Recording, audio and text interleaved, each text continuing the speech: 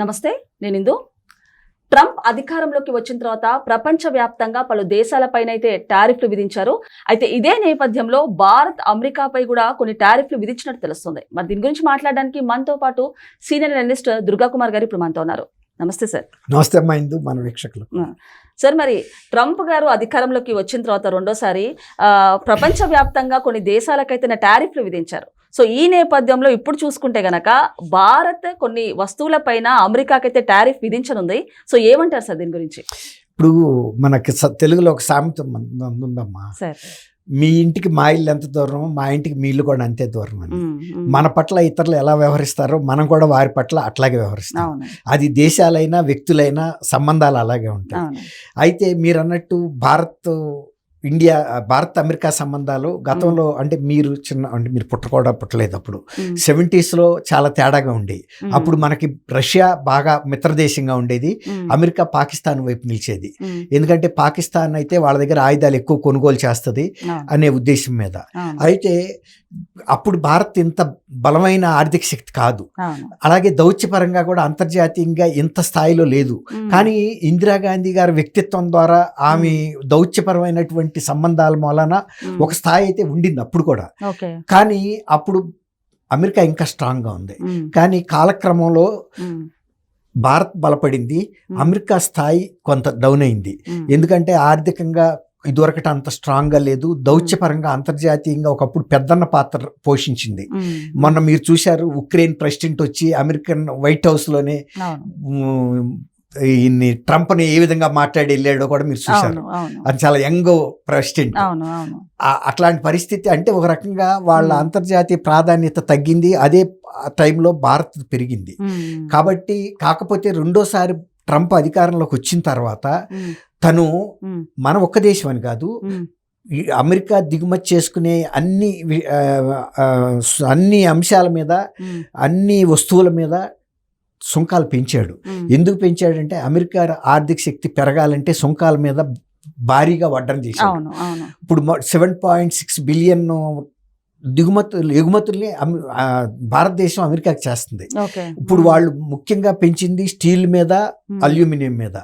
తర్వాత ముఖ్యంగా ముడి ఇనుము ఉత్పత్తిదారుల్లో ప్రపంచంలోనే అగ్రగామి దేశం ఇండియా.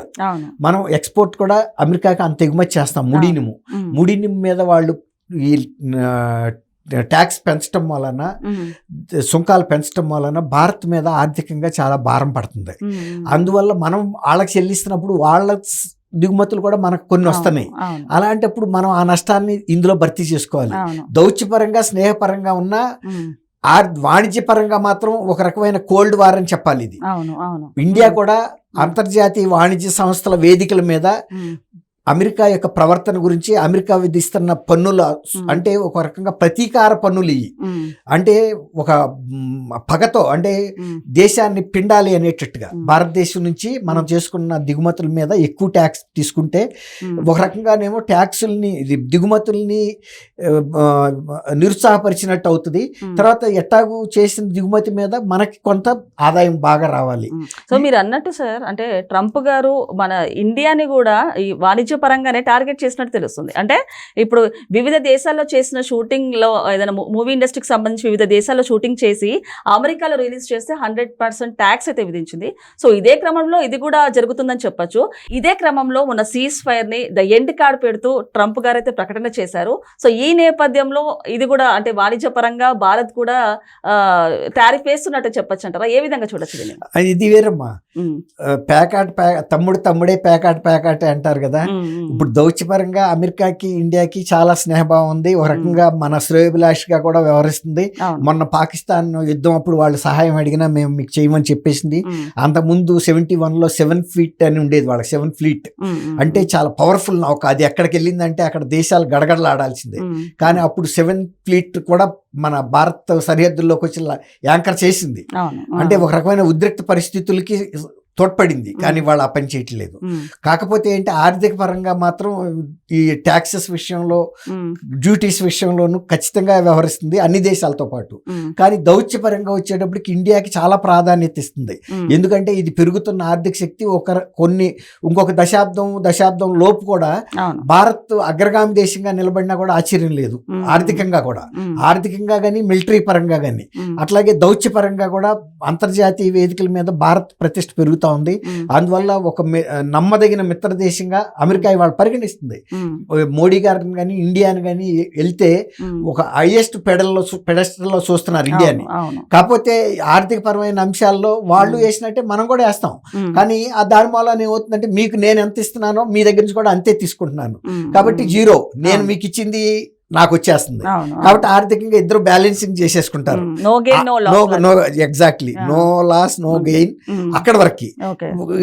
దౌత్యపరంగా వచ్చేటప్పటికి ఒక రిలయబుల్ కంట్రీగా మన భారత్ ఇంట్రెస్ట్ అమెరికా దెబ్బ కొట్టదు, అమెరికన్ గౌరవాన్ని ఇండియా తగ్గించదు. ఎందుకంటే ఒక పెద్దన్నగా మొన్న ఆయన ఒక ఇనిషియేటివ్ తీసుకుని ఇద్దరు అన్నదమ్ముల్ని మీరు కొట్టుకోవద్దు అని చెప్పినప్పుడు, నువ్వెవడో నాకు చెప్పడానికి అనకుండా మీరు పెద్దన్న కాబట్టి మేమిద్దరం చిన్న తమ్ముళ్ళం కాబట్టి వింటాము అనే మాట ఇచ్చారు. ఆ గౌరవం నిలబెట్టారు. ఎప్పుడైతే వాళ్ళు మర్నాడు కూడా కాల్పులు జరిపారు, మోడీ గారు కూడా వైస్ ప్రెసిడెంట్ తో చెప్పారు, వాళ్ళు ట్రంప్ గారు చెప్పినట్టు వింటలేదు, మళ్ళీ కాల్పులు మొదలు పెట్టారు. ఒకవేళ కనుక వాళ్ళు ఆపకపోతే మేము కూడా ప్రతీకార కాల్పులు చేయాల్సి వస్తుందని చెప్పాడు గౌరవంగా. ఎందుకంటే చెప్పాల్సిన బాధ్యత మోడీ గారికి ఉంది. సో సార్, మీరు అన్నట్టు ట్రంప్ ఒకవైపు ఇండియాకి సపోర్ట్ చేస్తూనే నార్మల్ గా బ్యాక్గ్రౌండ్ లో JF-17 ఆయుధాలని కూడా, విమాన జెట్ ఫైటర్స్ ని కూడా పాకిస్తాన్ కి సప్లై చేశారు. అంటే బ్యాక్గ్రౌండ్ లో పాకిస్తాన్ కి కూడా సపోర్ట్ చేస్తూ ఒక స్కెచ్ వేశారని చెప్పొచ్చు అంటారా? అంటే బేసిక్ గా అమెరికా ఆయుధ వ్యాపారి. ఏ దేశానికైనా వాళ్ళ ఆయుధాలు అమ్ముకోకపోతే వాళ్ళకి వచ్చే ఆర్థికంగా లాభాలు ఎక్కడి నుంచి వస్తాయి? అదైతే వాస్తవం. ఎప్పుడైనా సరే ప్రపంచంలో ఎక్కడైనా యుద్ధం జరుగుతుందంటే నాకేంటి లాభం, ఎవరికి నేను ఆయుధాలు అమ్మాలి, ఎవరైతే ఎక్కువ కొంటారనే వాళ్ళే వాళ్ళు ఉంటారు. ఇప్పుడు భారత్ స్వయంగా తయారు చేసుకున్న మేక్ ఇండియా, ఇప్పుడు మొన్న బ్రహ్మోస్ ఇవన్నీ కూడా అవన్నీ కూడా సొంత టెక్నాలజీతో తయారు చేసుకుంటుంది. గతంలో మనం కూడా అమెరికా దగ్గర కొన్నమాట వాస్తవం. కాకపోతే వాళ్ళు 100% కొంటే మనం 50% కొనేవాళ్ళం. కాబట్టి ఆ 100% కొనేవాడికే సపోర్ట్ చేస్తారు కదా. తర్వాత దౌత్యపరంగా కూడా ఆ రోజున ఇండియాకి ఇంత ప్రాధాన్యత లేదు. అంటే ఇప్పుడు గమనించారు వాళ్ళు భారత్ ప్రాధాన్యత అంతర్జాతీయ వేదికల మీద ఎంత బాగా ఉంది. అలాంటప్పుడు తర్వాత ఒక నీతి పరంగా ఉంటుంది, దౌత్యపరంగా కూడా ఒక రాజనీతి పాటించే దేశంగా మనకు పేరుంది, మొదటి నుంచి ఉంది. పంచశీల్ ప్రపోజ్ చేసింది కూడా లాల్ బహదూర్ శాస్త్రి గారి టైంలో ఇండియానే. అలా ఎప్పుడు కూడా ఇండియాకి అంతర్జాతీయంగా ఎప్పుడు అప్రతిష్ట చేసిందన్న పేరు లేదు. కాబట్టి అమెరికా ఇవాళ కూడా గౌరవం ఇస్తుందంటే రేపు రాబోయే రోజుల్లో భారత్ ప్రాధాన్యతను దృష్టిలో పెట్టుకునే వాళ్ళు ఇవాళ నుంచి కూడా ఇండియాని ఆ గౌరవంగా చూస్తున్నారు, అంతర్జాతీయంగా ఉన్న పేరుని దృష్టిలో పెట్టుకుని. కాబట్టి ట్రంప్ అయినా వైస్ ప్రెసిడెంట్ అయినా అక్కడ ప్రధాని మోడీ గారిని కూడా తమ సమస్థాయిలో చూస్తున్నారు.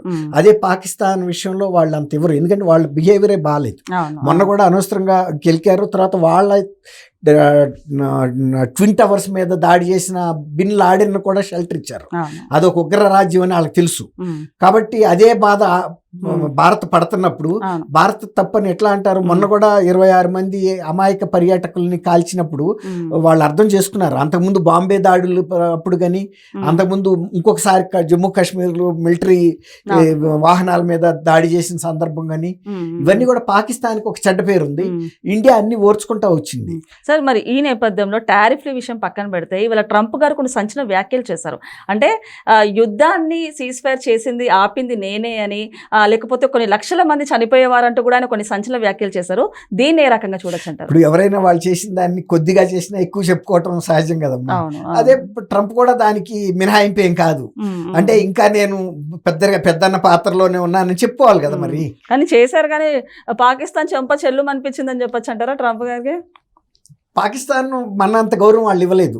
ఇప్పుడు వాళ్ళు వెళ్ళి బతిమాలుకుని మళ్ళీ తర్వాత బయటకు వచ్చిన తర్వాత మేము వెళ్ళి అమెరికాని బతిమాలలేదు, ఏదో ట్రంప్ గారు వచ్చి మమ్మల్ని ఏదో ప్రపోజ్ చేస్తే అన్నట్టుగా చెప్పారు. అవును, అది అవును. తప్పు. డ్యూయల్ అంటే రెండు విధాలు, రెండు Double నాలుకల game. ధోరణి చేస్తుంది. Double game అది మళ్ళీ డబుల్ గేమ్ ట్రంప్ అర్థం చేసుకోలేడు అవును, కాదు. అవును. ఈసారి ఎప్పుడన్నా కనుక ఛాన్స్ వచ్చినప్పుడు నొక్కుతాడు. అతను వాళ్ళు ఎలబట్టి ఆయన అడిగాడు. అసలు ఫస్ట్ వాళ్ళు అమెరికా ప్రెసిడెంట్ ఏం చెప్పాడంటే అది మాకు సంబంధించిన అంశం కాదు, వైస్ ప్రెసిడెంట్ అవును. కూడా చెప్పాడు. Direct గా కానీ చెప్పేశారు. అవును మాకు సంబంధం లేదని. అవును, ఎందుకంటే తెలుసు భారత్కి జరిగిన అన్యాయాన్ని కక్ష వీళ్ళు దెబ్బ కొట్టాలి. అవును, వాళ్ళు కూడా బిన్ లాడెన్ చంపే వరకు నిద్రపోలేదు కదా. అవును, అవును. మరి మనకు కూడా అంతే ఉంటుంది కదా. అవును. కాకపోతే ఏమన్నారంటే ఎప్పుడైతే పాకిస్తాన్ కూడా దెబ్బతిని బయటకు వచ్చిందో సర్లే ఇక పాకిస్తాన్ ఇంతకన్నా ఇంకా దెబ్బతీయటం బాగోదు అని ఒక ఇనిషియేషన్ ఇచ్చారు. అని అవును. కొంచెం ఒక షెల్టర్ ఇచ్చారు. ఉమ్. అది ఉపయోగించుకుంటే గౌరవంగా ఉండేది. ఒక అవును, రకంగా వాళ్ళు అవును. థ్యాంక్స్ చెప్పుండాల్సింది పబ్లిక్ గా. అవును, అవును. ట్రంప్ మా పట్ల భారత్ తో మాట్లాడి ఎవరు రాయబారం సపోర్ట్ చేయని ఆ, టైంలో మాకు రాయబారం చేసి ఇద్దరిని ఒప్పందం ఒక కాల్పుల విరమణ ఒప్పందానికి సహకరించాడు అంటే ఉందాక ఉండేది. అంతేగాని మేమేమి వెళ్ళలేదు అని చెప్పటం ఇంకో రెండోసారి వాళ్ళు వెళ్ళలేరు కదా, అవకాశాన్ని పాడు చేసుకున్నారు. అవును, యాక్చువల్ గా దాన్ని పాజిటివ్ గా తీసుకొని ఆయనకి సపోర్ట్ చేయాల్సింది. అది ఉందా, అది లేదు పాకిస్తాన్ వాళ్ళకి. అవును, అవును. అందువల్లే మాటికి దెబ్బతింటున్నారు. సార్ మరి ఇప్పుడు 2 సార్లు అఫీషియల్ గా డిక్లేర్ చేసిన తర్వాత సీజ్ ఫైర్ అని, ఇవాళ కూడా ఇప్పుడు స్టిల్ కూడా ఇక్కడ కాశ్మీర్ లో మనము డ్రోన్ల దాడి జరుగుతూనే ఉంది. ఏ విధంగా చూడొచ్చు సార్ దీన్ని? ఏదో గిల్లి బ్రహ్మ రాక్షస్ లాగా చేసుకుంటారంటారు చూసారా. ఇప్పుడు వాళ్ళు గట్టి దెబ్బ తినేరాక వాళ్ళు గుణపాఠం నేర్చుకోరు. ఇది గనక వాళ్ళు కంటిన్యూ చేస్తే నష్టపోయేది పాకిస్తానే. ఇక మోడీ గారు కూడా ఆయన ఓర్పుకి, భారతదేశాన్ని ఓర్పుకి, భారత ప్రజల ఓర్పు కూడా ఒక హద్దు ఉంది. హద్దు దాటిన తర్వాత మోడీ గారు కూడా ఊరుకోడు. గతంలో ఇందిరాగాంధీ గారు కనుక బంగ్లాదేశ్ ని ఎలా క్రియేట్ చేసిందో ఇప్పుడు వాళ్ళు మళ్ళీ ఇప్పుడు బెలూచిస్తాన్ లో కూడా ప్రతిఘటన జరుగుతుంది. బెలూచిస్తాన్ మాకు స్వతంత్రం ఇవ్వాలని వాళ్ళు కూడా సాయుధ పోరాటం చేస్తున్నారు. రేపు కనుక బెలూచిస్తాన్ కూడా విడిపడిపోయినాడు పాకిస్తాన్ ఇంకా వీక్ అయిపోతుంది. దానికి వాళ్ళే మూల్యం చెల్లిస్తారు. ఓకే సార్, నమస్తే. థ్యాంక్ యూ అమ్మా. ఇందు మనం